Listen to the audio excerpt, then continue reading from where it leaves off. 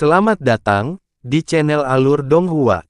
Sebelum menonton, silahkan subscribe, biar Mimin tambah semangat update-nya. Pada saat ini, di ruangan gelap, cahaya keemasan berkabut seperti lautan emas yang berjatuhan, menutupi seluruh ruangan. Di tengah ruangan, Han Li duduk bersila dengan mata tertutup. Di bawah cahaya keemasan, seluruh tubuhnya tampak mengenakan jubah emas. Seluruh tubuhnya bersinar dengan cahaya keemasan, dan hanya bayangan samar yang terlihat. Jumlah ki asal dunia yang tak terbatas berkumpul dari segala arah, membentuk pusaran di tengah ruangan. Semburan fluktuasi seperti pasang surut terpancar dari pusaran, dan bahkan batasan yang telah ditetapkan Han Li mulai bergetar sedikit, tidak dapat distabilkan untuk waktu yang lama. Setelah beberapa jam, fluktuasi berangsur-angsur melambat, dan momentumnya berangsur-angsur menjadi lebih kecil. Pada saat ini, Han Li tiba-tiba mengeluarkan raungan yang menggelegar dan membuka matanya. Inci demi inci, cahaya keemasan keluar dari pupilnya, dan itu seperti zat, bertahan lama. Setelah sekian lama, dia memuntahkan seteguk udara keruh, lalu membuka mulutnya untuk menarik napas, dan cahaya keemasan di ruangan itu tiba-tiba berkumpul ke mulutnya seperti air penghisap ikan paus, dan tersedot ke perutnya. Setelah itu, titik cahaya keemasan muncul di bawah tenggorokannya, dan itu sangat terang, terus-menerus menyerap sisa langit dan bumi Yuan Qi di sekitarnya.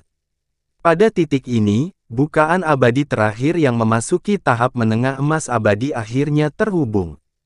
Hembusan angin bersiul, dan roda kebenaran berputar dari belakang Han Li ke depannya, dengan santai menggantung di udara, dan berputar. Han Li mendongak dan melihat bahwa itu bersinar dengan cahaya keemasan, dan ada lebih dari 400 pola time dao yang tembus cahaya melayang di atasnya. Matanya berkilat, dan sudut mulutnya membentuk senyuman. Cahaya keemasan di matanya menghilang, dan dia melambai dengan satu tangan. Segera, 6 benang kristal emas keluar dari roda kebenaran. Mereka menembak lurus ke arah telapak tangannya seperti anak panah dari lengan bajunya. Saat mendekati telapak tangannya, benang kristal emas tiba-tiba berhenti, dan dari keadaan kencang, mereka melunak, melingkari ujung jarinya, dan jatuh ke telapak tangannya.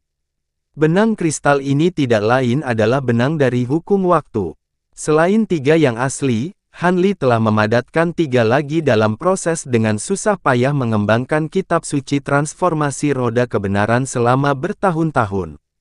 Dia awalnya berpikir bahwa setelah berhasil berkultivasi ke tahap Dewa Emas tahap pertengahan, dia setidaknya akan dapat memadatkan benang kristal waktu lainnya, tetapi pada akhirnya, keinginannya tidak terpenuhi.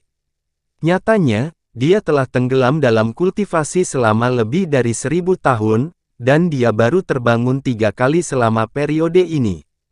Hampir setiap kali dia berkultivasi, dia akan jatuh ke kondisi yang mirip dengan yang sebelumnya, dan kemudian dia kadang-kadang mendapatkan sesuatu dan memadatkan benang kristal waktu. Dengan peningkatan setiap time crystal thread, pemahamannya tentang hukum waktu tampaknya menjadi semakin dalam. Hambatan yang dia temui ketika memahami tingkat keempat dari kitab suci transmutasi kata sejati dengan mudah diselesaikan, dan kultivasinya menjadi lebih lancar. Ribuan tahun berlalu dengan cepat, dan dunia fana bereinkarnasi beberapa kali. Tetapi bagi para kultivator yang telah melewati ambang alam dewa sejati, itu hanya sesaat. Ada desas-desus bahwa beberapa makhluk abadi yang mempraktikkan metode khusus bisa tidur tanpa bangun. Tidur siang bisa memakan waktu ribuan tahun. Oleh karena itu, Han Li bisa maju ke tahap pertengahan Tah Dewa Emas dengan sangat cepat. Sementara dia sangat terkejut, dia semakin kagum dengan teknik roh penghancur iblis mistik, yang merupakan metode yang tidak ortodoks. Tentu saja, dia pasti merasa sedikit gugup. Lagi pula, ada banyak bahaya tersembunyi dalam menggunakan Evil Qi untuk mempercepat kecepatan kultivasi. Hanya saja setiap kali dia membuka bukaan abadi, dia akan mengamatinya dengan cermat dan menggunakan berbagai metode untuk mengujinya. Tapi kecuali benang abu-abu yang menempel di Immortal Aperture, sepertinya tidak ada yang salah dengan itu. Dalam situasi saat ini, dia hanya bisa membiarkannya untuk sementara waktu. Bagaimanapun, setelah sekian lama, dia akhirnya berkultivasi ke tahap pertengahan tahap Dewa Emas, dan dia akhirnya memiliki kesempatan untuk pergi dari sini. Adapun hal-hal lain, belum terlambat untuk membuat rencana setelah pergi dari sini. Setelah semuanya tenang, Han Li segera bangkit, singkirkan semua formasi di sekitarnya, dan keluar dari ruangan gelap. Dia datang ke aula tempat sisa jiwaku berada. Sebelum dia memasuki pintu, dia mendengar semburan obrolan datang dari dalam, tetapi tidak jelas. Ketika dia sampai di pintu aula, Han Li melihat sisa jiwa mengambang dengan santai di udara, berbicara dengan patungnya. Saat itu, aku sangat romantis dan anggun. Belum lagi identitas Raja Abadi, hanya gelar Taois Dewa Pedang Li Veles, aku tidak tahu berapa banyak peri cantik yang tertarik padaku. Sekarang saya telah terperangkap di sini selama bertahun-tahun, saya pikir pasti ada banyak peri yang sedih. Han Li berdiri sebentar dan benar-benar tidak bisa mendengarkannya lagi. Dia terbatuk ringan dan menyela kata-katanya, tampaknya senior telah pulih dengan baik. Semangatmu berkali-kali lebih kuat daripada saat aku pertama kali melihatmu. Mendengar ini, tiba-tiba sisa jiwa menoleh untuk melihat Han Li. Dia tercengang pada awalnya, kemudian terkejut, dan kemudian bahagia. Ekspresi wajahnya sangat kaya. Bagaimana mungkin? Sudah berapa lama? Anda benar-benar telah berkultivasi ke tahap tengah Dewa Emas? Jangan beritahu saya. Sisa jiwa tiba-tiba mengangkat alisnya, mencubit jarinya dan berkata dengan ragu-ragu. Jangan bilang apa. Melihat ini, Han Li mengerutkan kening dan bertanya, mengira ada yang tidak beres. Jangan bilang kamu juga jenius kultivasi yang langka sepertiku, katanya dengan tatapan serius. Mendengar ini, Han Li tiba-tiba merasa sedikit terdiam. Kali ini, saya datang ke sini untuk mengucapkan selamat tinggal kepada senior. Karena saya telah menjadi Dewa Emas tingkat menengah, saya dapat meninggalkan tempat ini. Adapun tungku pemelihara jiwa, itu bukan barang langka, jadi saya akan menyerahkannya kepada senior sebagai hadiah perpisahan. Han Li sedikit menangkupkan tinjunya ke sisa jiwa, lalu berbalik dan hendak pergi. Tapi sebelum dia berbalik dan mengangkat kakinya, dia mendengar suara cemas di belakangnya. Ketika Han Li mendengar ini, dia segera berhenti dan berbalik untuk melihat ke belakang. Hei, bocah kecil, kamu tidak membawaku bersamamu. Sisa jiwa berteriak keras dan melayang ke depan Han Li. Kapan junior mengatakan bahwa aku akan membawa senior bersamaku? Mulut Han Li membentuk senyum tipis dan bertanya. Hei, kamu tidak tahu berterima kasih, pendeta Tao tua itu berhenti di tengah kalimatnya. Han Li tampak acuh tak acuh. Dia mengangkat alisnya dan sepertinya mendorong saya untuk melanjutkan. Hehe, aku sudah menunjukkan jalan keluar untukmu. Kamu tidak bisa meninggalkanku begitu saja di sini, kan? Terlebih lagi, begitu Anda menghancurkan inti alam mistik, saya khawatir istana bawah tanah ini tidak akan ada lagi. Bagaimana saya, sisa jiwa, bisa tinggal di sini? Nadanya berubah dan berkata dengan menyedihkan. Mendengar ini, Han Li dengan sengaja memasang tampang serius dan sepertinya berada dalam dilema. Apa yang dikatakan senior tampaknya masuk akal, tetapi Anda dan saya adalah orang asing yang bertemu secara kebetulan. Sulit untuk mengatakan apakah itu nasib baik atau buruk.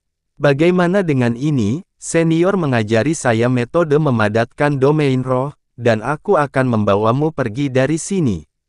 Setelah beberapa lama, dia berkata perlahan. Mendengar ini, sisa jiwa ingin segera menamparkan mulutnya sendiri. Dia hanya menyesal bahwa dia sebelumnya menyuruh Mo Yu untuk memadatkan domain roh untuk pamer. Bocah di depannya mungkin berencana membunuhnya saat itu. Aku bisa mengajarimu metode memadatkan domain roh, tapi bagaimana jika kamu menyesal setelahnya? Katanya dengan tatapan serius. Han Li dengan santai tersenyum dan dengan acuh tak acuh berkata, junior hanya menyarankan metode yang layak. Karena senior memiliki keraguan, lupakan saja. Saya tidak ingin memaksa Anda melakukan sesuatu yang tidak ingin Anda lakukan. Kamu, Sai, itu masih pepatah lama yang sama, situasinya lebih kuat dari orangnya, jadi aku harus melakukannya. Aku akan melakukan apa yang kamu katakan, sisa jiwa melotot dan berkata dengan tegas. Senior benar-benar orang yang lugas, kata Han Li dengan ekspresi tegas. Apa yang kamu ketahui tentang domain roh? Sisa jiwa mengeluh di dalam hatinya dan bertanya dengan suara teredam. Ini, junior tidak tahu banyak, tolong beritahu aku secara langsung. Han Li menggelengkan kepalanya dan berkata. Ketika pendeta Taois tua mendengar ini, dia memutar matanya dan melanjutkan. Kurasa aku tidak perlu mengatakan lebih banyak tentang fungsi dari domain roh. Kamu seharusnya sudah sering melihatnya. Adapun esensinya sebenarnya adalah jangkauan pengaruh terhadap lingkungan sekitarnya ketika seorang kultivator menguasai suatu kekuatan hukum tertentu. Besarnya jangkauan dan kekuatan pengaruhnya terkait dengan tingkat penguasaan kekuatan hukum kultivator. Senior, apakah domain roh perlu dikuasai sebelum dapat digunakan? Mendengar ini, Han Li mengerutkan kening dan berkata. Dia tiba-tiba teringat bahwa Bao Hua dapat menggunakan domain roh sebelum dia menguasai kekuatan hukum di alam roh. Iya, penguasaan kekuatan hukum adalah prasyarat untuk menggunakan domain roh. Namun, itu tidak mutlak. Beberapa kultivator yang belum menguasai kekuatan hukum dapat menggunakan beberapa harta khusus dan metode kultivasi khusus untuk menggunakan domain roh. Hanya saja domain roh semacam ini tidak lebih dari barang imitasi yang inferior. Ada banyak kekurangan yang fatal, dan sama sekali tidak bisa masuk ke mata saya. Taois tua itu berpikir sejenak dan perlahan berkata, jadi begitu, karena domain roh ini terkait erat dengan kekuatan hukum. Apakah itu perlu dipertahankan oleh kekuatan hukum ketika digunakan? Han Li mengangguk dan bertanya, memang, juga, stabilitas dan kekuatan domain terkait dengan tingkat penguasaan kekuatan hukum. Jika Anda menguasai lebih banyak hukum, Anda juga dapat meningkatkan kekuatan domain sampai batas tertentu, lanjutnya. Secara bertahap, sisa jiwa memberi tahu beberapa pengetahuan dasar tentang domain roh kepada Han Li. Saat Han Li mendengarkan, dia membandingkannya dengan apa yang dia lihat di masa lalu. Sebagian besar keraguan yang dia miliki di masa lalu akhirnya terpecahkan. Pada akhirnya, sisa jiwa memandang Han Li dan berkata perlahan, metode kultivasi yang akan saya ajarkan kepada Anda tidak memiliki nama khusus. Metode kultivasi yang akan saya ajarkan kepada Anda tidak memiliki nama khusus. Itu adalah metode yang paling umum untuk memadatkan domain roh di alam abadi. Itu yang paling populer dan paling sempurna. Dengarkan baik-baik. Setelah mengatakan ini, dia mulai mengajarkan mantra metode kultivasi kepada Han Li. Dia menggambarkan seni kultivasi ini dengan cara yang sangat biasa, seolah-olah itu adalah sesuatu yang dapat ditemukan dimanapun di jalanan. Namun, itu hanya berlaku untuk tingkat kultivasi sebelumnya dari Jade Immortal. Pada tingkat kultivasi Han Li saat ini, seni kultivasi ini tidak biasa. Faktanya, ketika dia berkultivasi dalam Taoisme naga api, dia juga mencari metode kultivasi terkait. Meskipun ada buku-buku di sekte tersebut, hanya mereka yang berkultivasi dewa emas ke atas yang dapat menukarnya. Belakangan, ketika dia mencarinya di aliansi Anika, harganya juga sangat tinggi. Bagaimana? Apakah kamu sudah menghafalnya? Sisa jiwa melirik lalu bertanya. Aku sudah menghafalnya. Sepertinya tidak sulit untuk mempraktekkannya. Namun, aku harus memverifikasinya sebelum mengetahuinya. Han Li mengangguk dan berkata, aku tahu kamu hanya akan percaya setelah kamu mempraktikkannya, kata sisa jiwa dengan tidak sabar. Seharusnya tidak lama, harap tunggu beberapa hari lagi, kata Han Li sambil tersenyum. Waktu berlalu, dan beberapa tahun berlalu. Han Li, yang mengenakan jubah biru, memegang pembakar dupa berwarna ungu kehitaman di tangannya. Dia berjalan di sepanjang terowongan yang dalam dan perlahan memasuki aula istana bawah tanah. Lantai aula menyala dengan cahaya keemasan, dan ada semburan kehangatan. Pada saat junior ini melanggar inti, aku harus merepotkan senior untuk sementara. Han Li berdiri di tengah aula istana bawah tanah dan berkata kepada pembakar dupa. Tidak diketahui apakah sisa jiwa akan melihat cahaya hari lagi dan agak tidak sabar, atau apakah sudah terbiasa dengan berbagai rasa tidak hormat Han Li terhadapnya. Pada saat ini, dia tiba-tiba tidak bersuara, dan hanya diam duduk di pembakar dupa. Melihat ini, Han Li tersenyum, dan dengan menggoyangkan pergelangan tangannya, mengeluarkan dua jimat penyegelan emas, satu secara vertikal dan satu lagi secara horizontal pada pembakar dupa, benar-benar mengisolasi sisa jiwa dari dunia luar. Setelah melakukan ini, dia mengangkat tangan kirinya dan memasukkan pembakar dupa ke dalam saku lengan bajunya. Dia melihat bahwa dia hanya melihatnya menarik napas dalam-dalam, dan perlahan berjalan ke sisi platform batu di tengah aula, dan membungkuk untuk melihat jam matahari bulan yang tertanam di dalamnya. Dibandingkan dengan terakhir kali dia datang ke sini, kali ini dia jelas merasakan kekuatan hukum waktu, tetapi sedikit berbeda dari apa yang dia rasakan di masa lalu.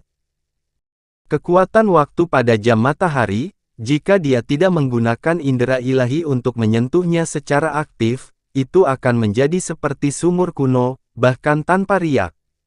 Tapi sekarang Han Li bisa merasakannya, itu seperti sungai yang mengalir ke arahnya. Hati Han Li sedikit terkejut, dan kedua tangannya membuat tanda. Di belakang punggungnya, cahaya keemasan menyembur keluar, dan roda harta karun mantra muncul. Ekspresinya menjadi serius, dan matanya perlahan tertutup. Kedua tangannya membuat tanda, dan mata emas di tengah roda harta karun segera berputar, dan memancarkan sinar keemasan, langsung menuju jam matahari bulan. Hanya untuk melihat bahwa sebelum sinar keemasan jatuh, pemandangan aneh muncul. Jam matahari bulan yang awalnya tidak bergerak, tiba-tiba, sedikit bergetar, dan melayang di udara. Jarum besi hitam di tengah jam matahari berkedip, dan sebenarnya mulai berputar dengan kecepatan yang sangat cepat, dan menembakkan kabel listrik hitam, yang bertabrakan dengan sinar cahaya keemasan. Semburan arus listrik terdengar. Cahaya keemasan pecah dengan ledakan, berubah menjadi bubuk emas yang jatuh, menyelimuti seluruh platform batu. Han Li melihat pemandangan ini melalui mata kebenaran, tetapi telinganya tampak berdering dengan guntur, menyebabkan seluruh indera ilahinya tiba-tiba kosong. Tapi kali ini, tidak hanya panca inderanya tidak terlepas, sebuah ilusi muncul di depan matanya. Bubuk emas itu menggulung dan menelannya utuh seperti sungai emas. Dia merasa seolah-olah tubuhnya terbang, melewati sungai waktu. Benang kristal emas terus mengalir melewatinya, dan dia mencoba meraihnya dengan sekuat tenaga, tetapi setiap kali dia mengulurkan tangannya, dia hanya akan mengenai udara. Han Li merasa sedikit cemas, dan tanpa sadar diam-diam mengedarkan kitab suci reinkarnasi mantra lagi. Mantra Treasure Wheel yang tergantung di belakangnya mulai berputar, dan lebih dari 400 pola time Dao di atasnya segera menyala dengan cahaya yang menyilaukan.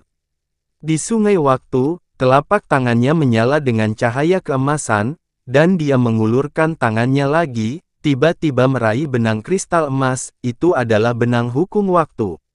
Setelah meraih satu, Han Li tidak bisa menahan kegembiraannya, dan dia meraih yang lainnya. Ketika dua benang kristal masuk ke tangannya, seluruh sungai waktu bergetar hebat, seperti semburan gunung, menjadi ganas. Han Li hanya merasa seolah-olah tenggelam dalam air, dan bahkan bernapas pun menjadi sulit. Dia mulai meronta, tapi dia tidak bisa melepaskan diri dari sungai. Tepat pada saat ini, gelombang emas besar lainnya melonjak dan menghantam kepalanya. Saat Han Li berjuang, dia mengambil keputusan, dan benar-benar bergegas menuju gelombang. Tangannya secara bersamaan meraih 2 benang kristal emas lainnya yang tersapu dalam gelombang besar. 2 benang kristal lagi masuk ke tangannya, dan seluruh sungai waktu segera bergema dengan gemuruh yang menggelegar, benar-benar runtuh. Hampir pada saat yang sama, Han Li membuka matanya, dan dia mulai terengah-engah.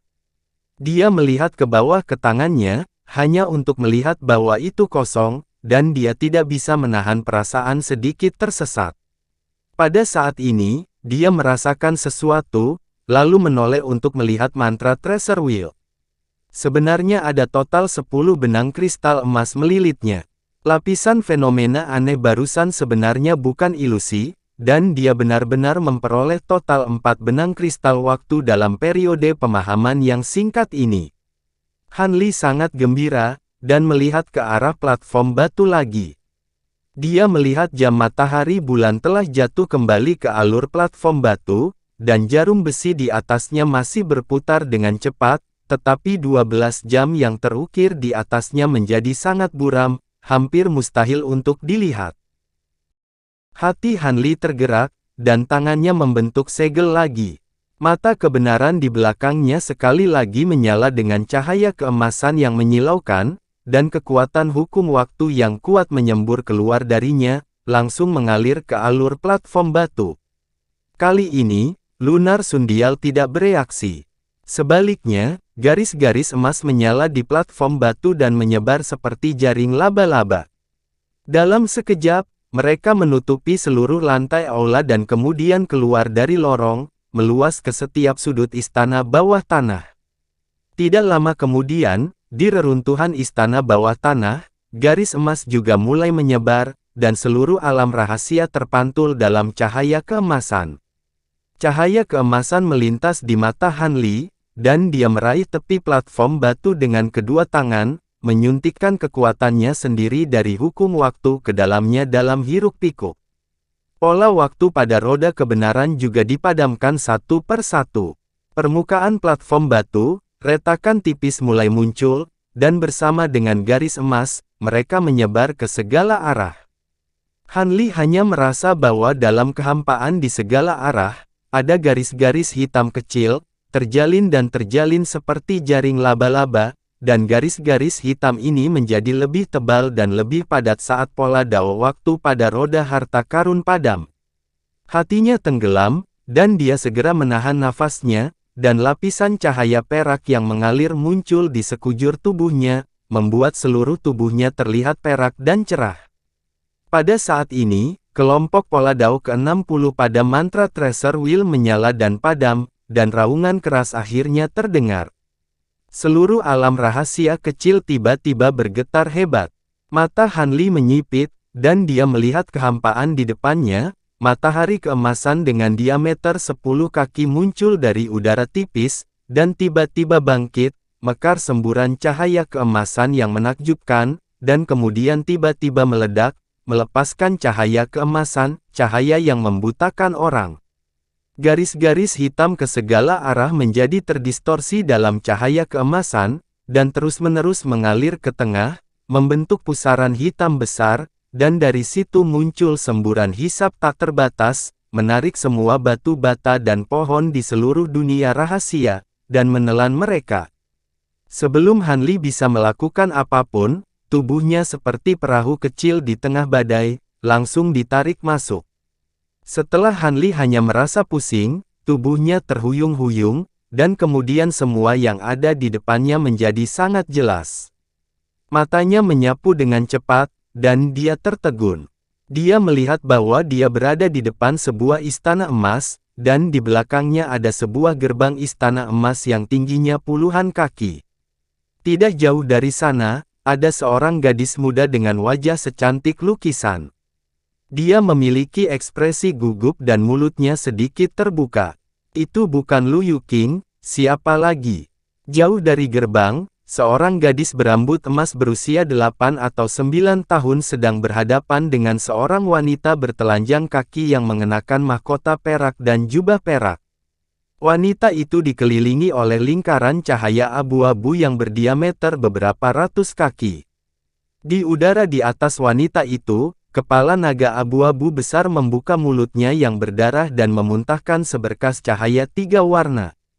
Tangan gadis berambut emas itu meledak dan berubah menjadi 2 benang kristal yang masing-masing ditembakkan, bertabrakan dengan seberkas cahaya 3 warna. Kedua orang ini adalah Jin Tong dan Ku Ling. Semua ini persis sama dengan saat Han Li memasuki gerbang emas lebih dari 2000 tahun yang lalu.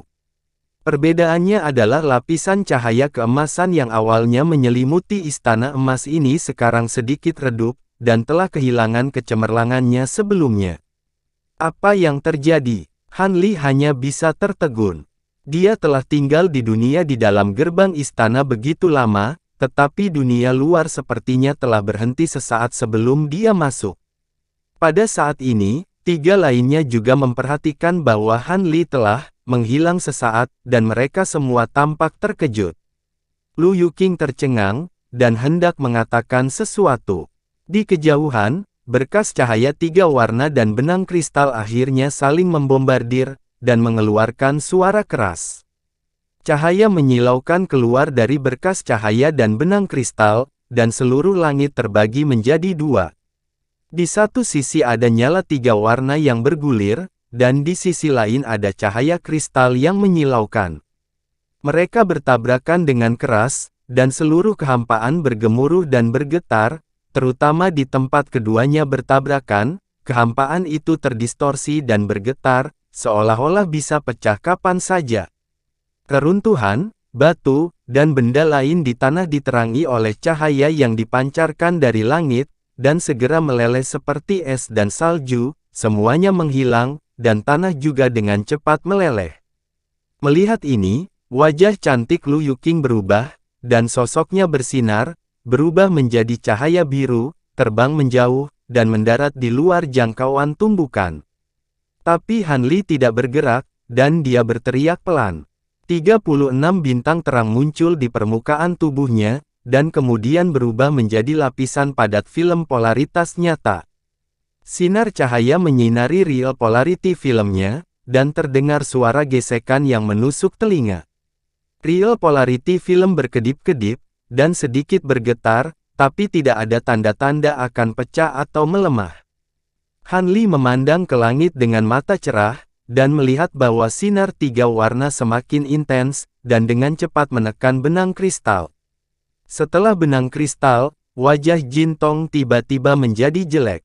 Dia berteriak, dan lengan yang patah itu bersinar dengan cahaya keemasan, dan 2 lengan memadat lagi, tetapi dalam keadaan tembus cahaya. Dia mendorong kedua tangan dalam kehampaan. 2 cahaya kristal keluar dari telapak tangannya, dan kemudian bergabung menjadi 1. Cahaya keemasan menyala, dan sekali lagi berubah menjadi benang kristal emas. Kedua benang kristal berpotongan, dan terhalang di depan sinar 3 warna. Tetapi kekuatan hukum dalam berkas cahaya 3 warna melonjak, dan dengan cepat menekan kedua benang kristal itu.